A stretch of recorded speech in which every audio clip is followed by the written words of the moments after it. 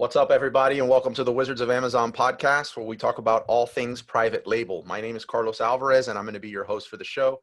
Today, I have a really interesting person who I've had an opportunity to chat with before the show, Vladi Gordon. Vladi, how you doing? Hi, Carlos. Good. Doing Am I great. saying that right? Vladi or Vladi? That that Vladi is perfect. It's All like a right. mix between A and an A. Vladi, I see the shirt, SellerBoard, wearing it super proudly. You're the founder of SellerBoard, correct? That's right. Vladi, you've never been on the show. It's a relatively new show probably, and I'm sure you're going to be on again in the future. Can you share for listeners that don't have the opportunity to know you, a little bit about you, how you wound up on this show, start from pre-seller background, selling to SellerBoard? Sure. So I live in Germany. Originally, I'm from. I was born in the USSR, in the Soviet Union. Yeah, that was fun. I studied computer science here and worked for different companies like IBM, big companies, small companies, all in software business. And then 2015, I decided to try Amazon FBA. And back then, there wasn't too much information about this. So there are some courses, like the first courses and some podcasts. But in Germany, there wasn't really a lot on this topic. And I thought, okay, looks like some guys are like selling successfully on Amazon in the US. Maybe that will work in Germany too. Like in the hindsight, I should have started on Amazon.com because it's actually easier, I believe, than in Germany because of VAT and all this stuff. But I didn't know like it was possible. I thought like you need to live in the country where you're selling. Yeah, so I started in 2015, and my first product, actually, it was funny. I was like looking for a product, and then I came across a cardboard pair of virtual reality glasses. So it's like a little box where you can put in your phone and launch a special app. And then you look on your phone through two like plastic lenses and see 3D pictures. And that's a thing you like try on for like 10 minutes and then throw away because you can't really use it because it's out of cardboard, right? And I thought, okay, that would be a cool private label product. And yeah, I ordered 10 pieces on AliExpress and then registered my account and put them online just to check if this would work, like actually creating an account and sending goods to Amazon and listing and everything. And then they were online, but only 10 pieces. This looks like a scam almost. I wouldn't recommend, by the way, anybody to start with only 10 pieces, right? You will fail. But back then it was possible. I guess for some products. Anyway, I sold those 10 and I seemed to be the only guy selling those goggles on Amazon in Germany through FBA. There were some other like Chinese sellers, but I seemed to be the only one using FBA. And yeah, and then I ordered like 100 and then 300 and then 1,000 pieces, all like through FedEx, Air Express. Oh, wow. And this was like such a hype back then. Because Oculus Rift, Oculus Rift is the VR virtual reality company. They were acquired by Facebook, and then Google started their initiative, and actually these glasses were called Google Cardboard. This was their own like design for VR glasses out of cardboard, right? They wanted to basically bring this topic into the masses, and they were pushing it. And Oculus was doing pretty aggressive advertising everywhere. It was in the news, and I was there sitting on the first page with like one review, and I was already a bestseller. And like for a long time, I was just the only guy, and it was like it took off like crazy. Seriously, I was like it's rare that you hear a story where somebody starts, first of all, like you alluded to, with very little inventory, 10 pieces, from AliExpress. Actually rode the wave, one of the early adopters, one review. All of these things are like the exact things that people are told now, like, look, this just can't be done. And even you admit this was a fluke. Yeah, this was like, and by the way, the interesting thing is when this was my very first experience, and I thought, okay, it looks so easy. I've been working in software projects all my life. Why should I even bother about software? look, it's so easy. I just buy it on AliExpress and put it on Amazon. I just need to find the right product. Nothing can go wrong, essentially. So but yeah, you're certainly right. So this shouldn't. Please do not repeat this. And I thought, okay, but if it works so well, then I can quit all my other projects and just focus on this and build maybe 10, 20 products, and then I'm good and I can retire. So this was my plan. The Amazon life. Exactly. And then I found the second one, and I was like searching them only analytically. Like everybody, explains nowadays, you need to find a product which fits into a shoebox and that kind of story, Yeah. So fast forward like 2 years, I had like maybe 15 different products, all very different. No like brand or something which kind of unifies them all different brands which I kind of came up with, all kinds of things. And I've never repeated this success. So basically, like my second and third and fourth one, they were okay, but it was hard work. And back then you could even launch by giving away products for honest reviews. Honest reviews. Yes, yeah. This helped a lot. At a certain point, I noticed, okay, now my margin is getting thinner, and there are competitors on my goggles, and I need to. So at this point, first of all, what year are we talking about here? So we can put a timeline to this. I started in 2015. All right, 2015. Yeah. So 100% product review giveaways and stuff was happening then. Yeah. So what sounds like is that you had this one hit wonder, amazing success, and almost like an addict, you were chasing that high, that win, and absolutely you couldn't replicate it. But you were trying to figure it out, and it went from this, this smelled like a get rich quick scheme, and now it's smelling a lot like work. Exactly. Like when I had like 15 products, it was so much work to manage the suppliers, because these were all different suppliers, and you need to order basically every product separately and take care of the shipping and stuff like this, and then you need to do customer success, service, and obviously look for new products.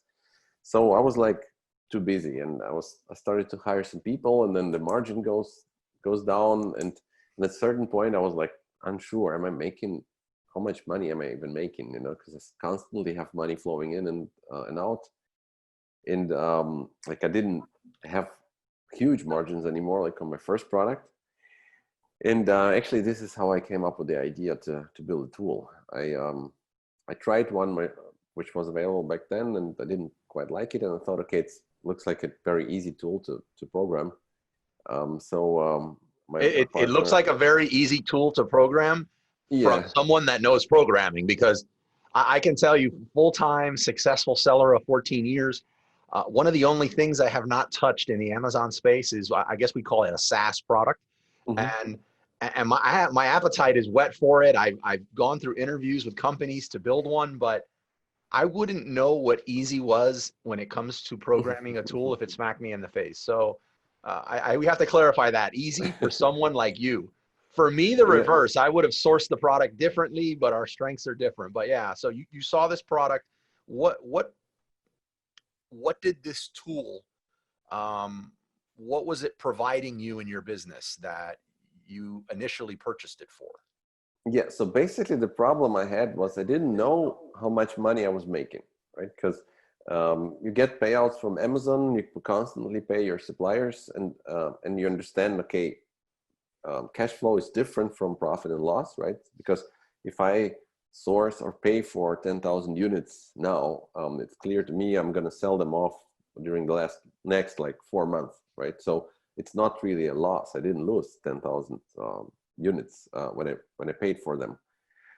It's just I just exchanged my money for the inventory, right? But that's not a loss. But on the other hand, I'm looking like at my bank account. Okay, what's going on? Do I even have enough money to spend, right? Or can I take out some money or no from my company? And this is why basically you need some sort of how we call it actually management accounting, which basically or actually it's a profit and loss kind of statement broken down by different products and categories and so on. So It basically tells you, are you making money regardless from how much money is actually flowing in and out of your bank account, right? Are you making money per sale after you factor in all different costs and fees and expenses? Okay, so you're hitting on something here. So I want to say this first. Like, if I was to get into a SaaS product, it seems like you picked the holy grail of products to get into, because initially you think, let me create a product that is tailored for or caters to PL sellers or wholesalers or arbitrage sellers. But your tool, it caters to everyone, because you can't be in business and not think, oh, knowing my numbers is not important for me. So you picked a good one. and something else you mentioned for the show that I really liked, and I've been racking my brain ever since to try to is that really one of the best prices out there? Is he just saying that? And it legitimately is. Your tool is actually extremely affordable. That's right. It costs $19 a month. And actually I can explain you why, because at the beginning it was, I wasn't sure, like if we build a tool, will anybody even buy it? Probably nobody will buy it. They will see a tool and like, okay, yet another tool, or for some company that I don't know. So I thought, okay, maybe we should make it like affordable. And then as it started to grow, and as we started to get some traction, I thought actually I like this idea, because we're targeting new sellers.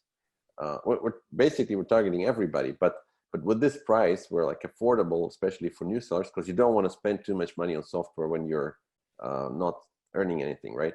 Sure. So and then kind of friendly, new seller friendly, and the ones that succeed, they stay our customers, and then we're happy and they're happy, and in the end we just need to have many customers, then the business model works.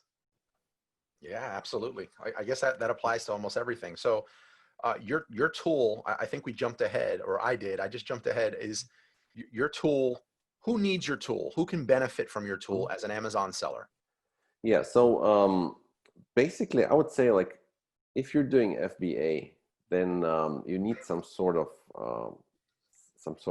management accounting system, because if you're only using Seller Central, there are so many things that you don't see there, or you need to dig very deep and download some Excel spreadsheets and then do some calculations to see, for example, like storage fees. If you log in into your Seller Central, it won't show you the storage fees. Or if you click on the view where you see how many items you sold today, which is the one every seller is looking at 20 times a day, then it doesn't show you, actually it doesn't show you any fees. Yeah. And it also doesn't show you which products exactly you sold. So for example, if you have only one SKU, then it's easy, because okay, all my sales come from one SKU. And that was my problem when I was selling. If you have multiple variants, for example, of the same SKU, which are in the same category in the Seller Central, you don't even see kind of which colors did I sell today, right? Yeah, so it basically targets, if you're doing FBA, then you're gonna notice the fee structure is so complicated, and Seller Central is kind of giving you so little information that you need to have some system in place which basically tracks your profits. I'm wondering if that's almost intentional on Amazon's side, because on the face of it, it looks like if I was to try, if I'm thinking Amazon, I know they must have so much on their plate, but if I'm Amazon and I wanted to create a tool or some kind of accounting tracking system that would most confuse people while still saying, yes, it's all there, like you can find it, I'm not blocking you from it, I couldn't do a better job than what they did. It confuses the heck out of me, and thankfully I'm in a position in my business where I can afford to have a team that that's all they do. But most businesses are not there and can't afford that. But any business can afford what I'm going to say, like $20 a month, right? So what are some of those hidden fees you mentioned that on the face of it a seller cannot find? Yeah, sure. So maybe first of all, I should say, eventually I when SellerBoard started to get traction, I sold my FBA business. So I'm not an active seller anymore. I also can't tell you guys how to launch new products. But yeah, we do have like more than 3,000 customers as of now, and we're in December 2019. And we get asked a lot, and I know I'm doing a lot of support myself as well, still, just to see what questions are coming from the customers. And yeah, oftentimes these are things like, okay, why do you guys show a loss or some negative position? I don't see this in Seller Central. And yeah, this is basically an example for such a hidden fee. And typical things that that sellers like overlook are, for example, storage fees. Okay, storage fee shouldn't be a secret, right? But as I said, don't see it in the Seller Central, and it's kind of hard to calculate because Amazon, basically what they do is they take an average volume of a product that you have in the warehouse, and you the volume is constantly changing because you're selling a product off, and then sometimes you bring in a new batch. So it's kind of really hard to estimate, okay, what am I going to pay for the storage, right? And since they don't show it to you on the first page, you can download it in the transaction report, but like it costs a lot of clicks. So sellers tend to like either forget about it or underestimate it. Of course, like long-term storage fee, something that everybody probably knows about if you have inventories. Or holidays, they charge more in the holidays. So yeah, definitely. Exactly. But yeah, I have some other examples here. So for example, on the inbound side, if you like send the products to Amazon, and if you don't pack them like they should be packed, and they basically it's hard for Amazon to unpack those boxes to scan them, then they might charge you a special fee for this.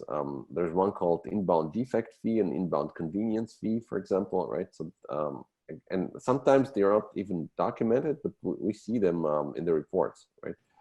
Or for example, a lot of sellers forget about things like coupon redemption fee, or the subscription that you're paying every month, like $39, or like when you're getting returns, there are some fees associated with the returns. For example, depending on the category, they will charge you per unit or per order which is returned. Then there are things like removal and disposal fees. So obviously, if you have inventory which is not sellable on Amazon, you need to do something with it eventually, because you're paying even like if you have damaged returns sitting in the Amazon warehouse, you're still paying storage fees for these products, right? Although they're damaged and not sellable, right? So eventually you should do something with them, either dispose them or remove them or get them back to your own warehouse, and that costs money per unit. And then we've got things like labeling and bubble wrap and polybagging and like taping fee. The list goes on. Yeah, most of them are not so huge, but we just need to know there is a lot of stuff. We counted like more than 70 different fees, and you should have them under control. Not that you have a negative surprise at a certain. Let's do this. Let's do this. So let's walk through what that looks like. Like, say somebody, because like we said, the information is available. Amazon just doesn't make it easy to find. Yeah. And they don't put it in one spot for you to just look at a number and know, every hit you took on this line item to end up with a number that you're actually profiting, if you will. Yeah. What if somebody did want to do that manually though, and they're definitely a masochist, but like if they did want to do this manually, what does that look like? Like approximately how many reports is that? Assuming they're even competent with Excel. Yeah. Right? Yeah. Okay, look, so basically, if you go to your Seller Central to report, well, there are multiple ways you can do it, as always, but one way would be if you go to reports and then payments in your Seller Central, and then if you click on all statements, it will show you, basically it will show you all your payouts, right? So typically it's like 2 payouts per month. Near every payout, you can view the summary, or you can download a flat file. It says like download flat file V2, for example, or And basically, this way you download an Excel file, or actually it's rather a CSV file, which lists all the events that go into this payout, right? So what you can do there, you need to do some reformatting with Excel until you basically are able to process these numbers. But this is basically a list of all the transactions. So if you make one sale, then there's a line in this file which says, okay, you've got like $20 sales revenue, and then Amazon charges you the sales fee for this transaction. Let's suppose it's 15%. Mm-hmm. So there will be another line which will say like, okay, sales referral fee, I think they call it, minus $3. And so on, and the FBA fee and everything else. But you need to tie all of those line item fees into the transaction that they're associated with. Well, basically, you have per transaction, you have multiple lines there, and you kind of either need to group them or I don't know. And the thing is, basically, it would give you a good idea. What you can do, by the way, in Excel, if you apply a filter in Excel, if you know how to do it, and then try to filter the column which is called, I think, description, which says basically what kind of fee this is. And if you apply a filter, while applying a filter, Excel will show you all possible values that are in this column, but they will only show you the same value only once in this list. And this will give you an idea, okay, what was I charged for within this month? So typically this will be things like commission, or the referral fee and the FBA fee, but you will also see, for example, the storage fee there, or like maybe some reimbursements, or like disposal fee. So all those things that I talked about, you'll see in this file. And basically you can do some Excel gymnastics. Gymnastics, exactly. And what you also need to do is you need to factor in your cost of goods, because this file doesn't show you your cost of goods. But correct. If you figure a way out to put them into this file and associate them with every order, you should get a relatively decent idea of how much money you made within these 2 weeks, which you just downloaded. Okay. Right. So this would be one way. And like you said, there's a bunch of different ways to do it. Have you found Amazon's reporting in this sense to be accurate? Well, I mean, that's all we get, right? So what we can do is we can sometimes match different reports and find an inconsistency. For example, we do that. This is, by the way, also one of the things where we see people wasting their money. Sometimes Amazon damages products or loses your inventory, and then they're supposed to reimburse you, but sometimes they don't. And they don't. Yeah, so this for example, we can find just by analyzing different reports, because in one report we see all the items that were like damaged and lost, in another report we see all the reimbursements, and we can kind of match those, and then we see, and you can do it in SellerBoard. Basically, it will show you all the SKUs where you didn't get reimbursed, and you can open a support ticket and ask Amazon for reimbursement. But yeah, anyway, sometimes we can find those inconsistencies just by matching different reports, and sometimes we can't, and we just need to believe whatever Amazon tells us. Let me ask you, because right now what it feels like is, I don't know, I'm a lot of cartoons when I was a kid, like Scrooge McDuck and like all these people, and they're at a desk and they have this mountain of papers that are like taller than them, and they need to find the answer to one question, but they're going to have to go through all these papers to discover the answer. That's what I understand that as a seller. Anytime I've attempted to do it and make sense of their reporting, that's how I feel, and I'm sure that's a pain point of a lot of other sellers, especially if you don't understand formatting and filtering and all that stuff in Excel. Now, if someone was to use SellerBoard, like we said, you were very open about the price, $20. What does that process look like? Yeah, so actually it's very easy. We're registered as a developer on Amazon, and we're also listed in this marketplace app store. If you know what this is, they have a new app store kind of thing in Seller Central. So we use the MWS interface, which is a standard interface for third-party apps. So you basically just need to authorize us at the time when you register at our website. And you need to enter your cost of goods, because otherwise we won't know your profit. We'll still show your sales and all the fees and everything, but the profit will just assume, okay, you're getting your goods for free somewhere, right? So you're going to have a huge profit. Right, but basically you just need to connect and enter your cost of goods, and that's it. And the rest we kind of pull in automatically from Amazon and sort all those things and distribute them by product and by day and by fee, and give you all kinds of analytics tools, which are like, try to make them easy on the surface, but you know, very detailed if you decide to zoom into some numbers and, you know, see what's going on. How about this? This will be like, if you don't have the answer, we can come back at the end of the show, but finish the sentence. SellerBoard allows sellers to? I would say to know their numbers and focus on the growth instead of, you know, digging in some Excel sheets. Which is powerful. I mean, there's a saying that I don't remember who said it, but if you can't track it, you can't control it. Yeah. So if you can't track your numbers and you don't know your numbers, you cannot control your growth or your company, period. And if your livelihood is dependent on that business, then it behooves you to know your numbers. In earlier episodes, I shared that in the very, very early days of me selling, I hit that 8-figure mark, which at the time was like an amazing thing. It definitely was work. I was not in the phase you were in with that. I thought this was just a get rich quick scheme. I couldn't even put gas in my car because I was so upside down on my numbers. Like it was more going out than going in. I just knew that the disbursements were fat and there was so many commas there, but I had nothing to track it.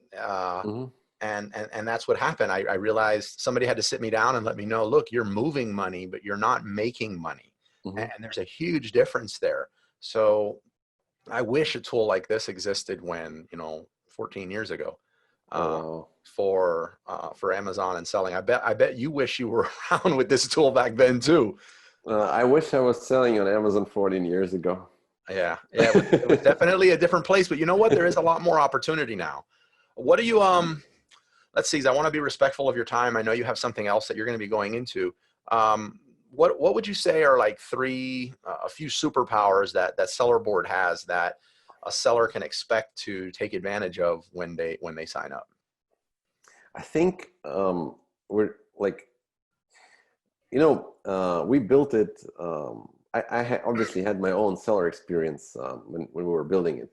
Since then, as I said, I'm not selling anymore, but we're really like trying to stay close to our customers. So I would say it's pretty easy to use and usable. So you just connect and enter your cost of goods. And it's pretty easy. So you see your profit, you see your like main KPIs, ad spend and revenue, and then Amazon fees and things like returns, for example, or the cost of the returns. So it's pretty easy on the surface. But second thing, basically, what people are like our customers like about the software is it's very detailed. If you decide to dig into the numbers, for example, you can like expand the numbers on any level, on a day level, a month level, and then we show all the fees, and then you can open those fees and dig in even like further, basically up to the level of every single order, if you want that. So if you want, you can really check every single order in SellerBoard until you trust us, right? So then one more thing is probably like we have some other tools in the package, and I told you the vision is like to stay competitive with respect to the price, because we think that's a win-win for everybody, because sellers like it if they don't spend too much money, especially new sellers, and we get more customers, and then the business model works as well. So I would rather sell like a cheaper product to more people than, at least in this scenario, than a very expensive software to a small group of people, right? So for this money, you get a lot of add-ons. Like for example, we have a follow-up mail sequence where you can basically automate your follow-up mails, and then we have this refund manager, which kind of looks for goods that were damaged or lost by Amazon and not reimbursed. And then we have a PPC optimization module, which I didn't even know about that. You might be coming back on for that one, but yeah, well, the PPC is an interesting story because we came up with I think a very unique approach how to calculate your profitability per keyword. Since we're doing the profit anyway, you know, and we know like all the things that go into the profit, we kind of tried to find a way to really tell you, okay, for this keyword is making you so much money, right? And it's not quite possible because there's some data missing in the API. But, intentionally. Maybe, yeah, maybe. But I believe we have like a very accurate estimation of the profit, and then it can also help you optimize your bids. And yeah, and then I think the last superpower is probably there's we're constantly putting all the energy into this development, so you know, our customers know there's constantly something new coming out. If you try the tool in 1 year, it's going to be way more powerful. And by the way, maybe a heads up, we're going to help sellers go multi-channel. And basically, if you're an Amazon seller, you know it's important to get some revenue from outside of Amazon. Sure. Our vision is to help you go on eBay, build your Shopify store, basically, and automate the shipment and all the processes behind, so that you can just basically sell on multiple channels only through one click. But that's like a heads up for the next year. Like that's the roadmap of SellerBoard. That's right. All right, you touched on two things that I just definitely, I was going to try to wrap up right now, but you mentioned that you have a tool that will go out there and find instances where Amazon owes a refund and yeah, pay. Mm-hmm. My experience is that a tool like that will pay for the tool itself rapidly, almost immediately. And in this case, I'm assuming when you add all those other modules, if that's what they're called, the monthly fee that you're paying also goes up.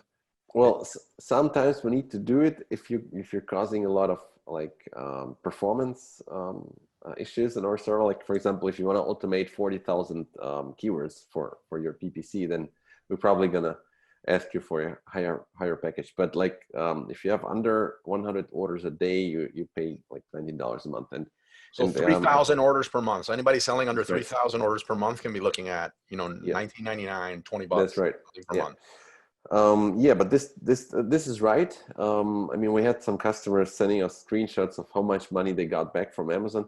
I do need to say though, my experience is it's like it's the most fun at the beginning. So if you've never checked your account for lost or damaged goods, then you should definitely do it, because chances are that you're going to get a huge Christmas tsunami of refunds. But like in the day-to-day life, after you've done this, it's a drip. It's not. Yeah, sure. I mean, of course, because at the beginning, if you've never done this, you obviously get more. And one more thing about that, you need to be careful, because you know, Amazon doesn't like when they owe you money, or when they need to pay you money, actually. So my experience with this is just don't exaggerate it. Like if you found a lot of cases where Amazon owes you money, then just be gentle and like ask them politely to double check. Like don't say, okay, you owe me money. And I would rather go one by one, just not open like 100 cases at once. Totally agree. I've actually heard of some people putting too much out there at once and running into some problems. Yeah, well, I've heard of people who received an email from Amazon like, okay, you opened too many cases, and now we're gonna like check them more accurately or something like this. So I didn't hear of any like serious troubles where somebody was banned or something, but I feel like it's better to go one by one. And you open one case, you get your money back, then you ask again and again. And of course, you can start with the ones that are like what the amount is the highest. Okay, two more things. One of them, I'll ask this question now since we didn't talk about it before. I got to get better before the show starts, letting you know I have this question coming. But I'm going to ask you, what's your favorite book you ever read and why at the end of this? And I'll give you a second to think about it. If you're not a reader, you're not a reader, that's fine. But last thing is, I know that SellerBoard has a 1 month free trial when you start it. And before this, you were very generous to offer a 2 month free trial for people that want to start using SellerBoard. Is that correct? Yeah, that's right. So we're going to post the link under this video, and this will give your listeners 2 months of free trial. So normally it's 1. If you register through the website and through the link, it's going to be 2. Well, completely for free, no credit card required. Contract won't start automatically unless you explicitly enter your credit. It's amazing how that works, right? Yeah. Right. I'll definitely I'll definitely include that link in the show notes. Okay, and now the book. So look, there are a lot of good books, but the one that I now thought about spontaneously, and you're right, I didn't expect this question. It's called The Hard Thing About Hard Things by Ben Horowitz. It's called The Hard Thing? The Hard Thing About Hard Things. So basically, Ben Horowitz, probably you know him. He's a venture capital investor. I think they are the largest venture capitalists in the world with their fund. And he shared his experience of building like company and getting in trouble, and then basically managing the trouble, like wartime CEO. I think it's very realistic, and it kind of matches my business experience, you know, because I used to say, like in business, every day is a fight. You need, you constantly have something to deal with, or something which, at least for me, was always like this, something which like doesn't allow you to relax and say, okay, now I have it under control, everything is smooth, everything is running nicely, and I don't need to be involved too much. So for me, it was never like this. It's a fight every day. So I love it. I wrote it down. I have that Entrepreneurs Book Club, so I'm constantly looking for new books to add there and to build up my book library. Vladi, thank you so much for your time. SellerBoard sounds amazing. I'm definitely going to introduce it to my meetup group next time we meet to go over it. It's definitely, in my opinion, a tool people should get right there when they start their business and grow with you guys. Thank you so much. Thanks so much, Carlos. Have a good one. You too. Bye-bye. Liked what you heard and want to stay connected?